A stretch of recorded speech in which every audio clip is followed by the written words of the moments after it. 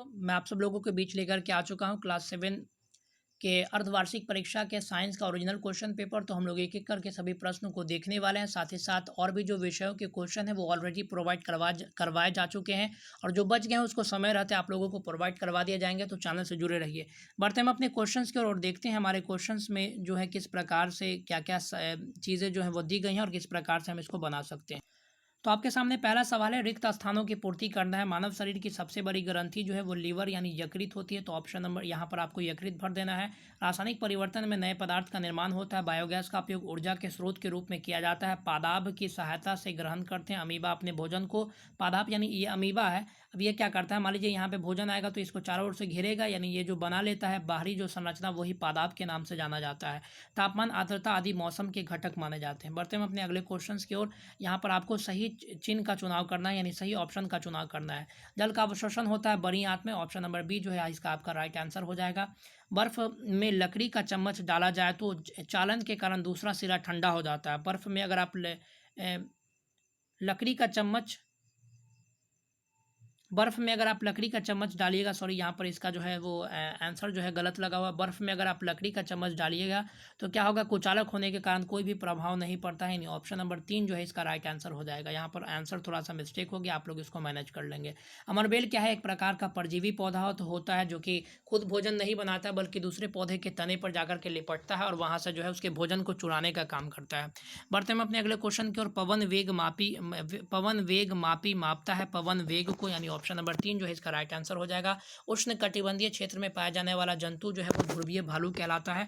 बढ़ते हम अपने अगले क्वेश्चन की ओर। अमाशय में यहाँ पर आपको सही और गलत का आपको क्या करना है, चिन्ह लगाना है। तो अमाशय में हाइड्रोक्लोरिक अम्ल का स्राव होता है, सही बात है। लकड़ी के लट्ठे को टुकड़ों में काटना एक रासायनिक परिवर्तन है, गलत बात है। यहाँ पर आप देख सकते हैं सभी प्रकार के चिन्ह यहाँ पर इस्तेमाल किए जा चुके हैं ऑलरेडी। जड़ें कार्बन डाइऑक्साइड ग्रहण करने में मदद करती हैं, नहीं, जड़ें जल और जो है आपके खनिज लवण ग्रहण करने में मदद करती हैं। सभी जीव अपने पोषण के लिए हरे पौधों पर निर्भर करते हैं, yes that is a true fact. हैजा और टाइफाइड वायरस के कारण होने वाले रोग हैं, ये भी जो है एक सही कथन यहाँ पर आपके सामने दिया गया है। मनुष्य में पाए जाने वाले दांतों तथा उनके कार्यों को लिखे। तो देखिए मनुष्य में 4 प्रकार के दांत पाए जाते हैं जो कि यहाँ पर लिख दिए गए हैं, और इसके क्या क्या यूज़ होते हैं वो भी आपके सामने ऑलरेडी दिए जा चुके हैं। वीडियो को पॉज करके आप इन सभी चीज़ों को लिखें और यहाँ से अपने क्वेश्चन को तैयार करें, क्योंकि यही सारे प्रश्न आपके एग्जाम में पूछे गए हैं और आपको जो है बहुत ज़्यादा मदद होने वाले हैं इन सभी प्रश्नों से। बढ़ते हम अपने अगले क्वेश्चन की ओर। जीवों में पोषण की आवश्यकता क्यों है। दूसरा है, हरे पौधे में प्रकाश संश्लेषण प्रक्रिया का वर्णन करें।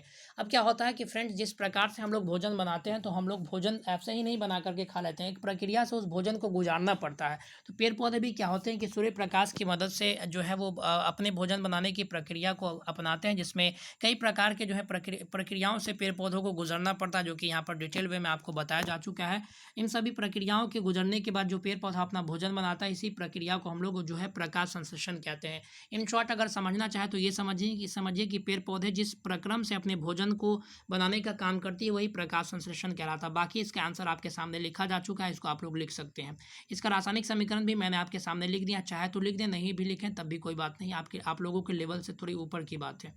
बात करते हैं हम अपने अगले क्वेश्चन की ओर। देखिए आपके सामने अपघटक किसे कहते हैं, ये वन एवं जीवों की वृद्धि में किस प्रकार सहायक है। दूसरा क्वेश्चन है, मनुष्य के पाचन तंत्र का नामांकित चित्र बनाएं।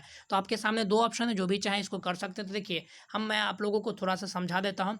अपघटक क्या होते हैं कि एक विशेष प्रकार के सूक्ष्म जीव होते हैं, जो क्या होते हैं कि अगर किसी भी पारितंत्र में या किसी भी इकोसिस्टम में कोई जीव मर गया है तो उसको क्या कर जाएगा कि उसको सड़ा गला करके खा करके उसको पचाने का जो काम करता है वो अपघटक करता है।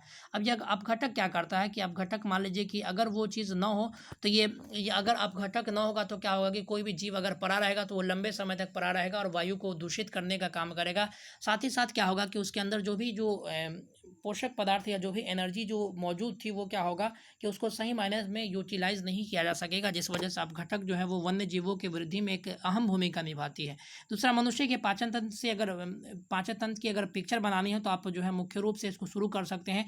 मुख्य गुहिका से शुरू लेकर के आप एनस या मल द्वार तक जो है पूरी प्रक्रिया किस किस तरीके से भोजन को गुजरना पड़ता है, छोटी आंत में क्या होता है, बड़ी आंत में क्या होता है, आमाशय में क्या होता है, किस तरीके से जो है भोजन का पाचन होता है, अवशोषण होता है, उसको मुख्य गुहिका से आप शुरू करके जो है वो एनस या मल द्वार तक ले जाकर के आप समाप्त कर सकते हैं। इस प्रकार से आप इसमें दोनों में से कोई भी आंसर कर दीजिएगा, आपको पूरा का पूरा नंबर मिल जाएगा। तो फ्रेंड्स, ये था आपके सामने क्लास क्लास 7 का आपके सामने कुछ जो है वो क्वेश्चन साइंस से संबंधित। उम्मीद करते हैं कि आप लोगों को पसंद आया होगा। ये सभी क्वेश्चन आपके एग्जाम में पूछे गए हैं। तो फ्रेंड्स, आप लोग इन सभी क्वेश्चन को अच्छे से तैयार कर लें और एग्जाम में जाकर के अच्छा सा प्रदर्शन करें। तो मिलते हैं अगले वीडियोज़ में, तब तक के लिए धन्यवाद। God bless you all.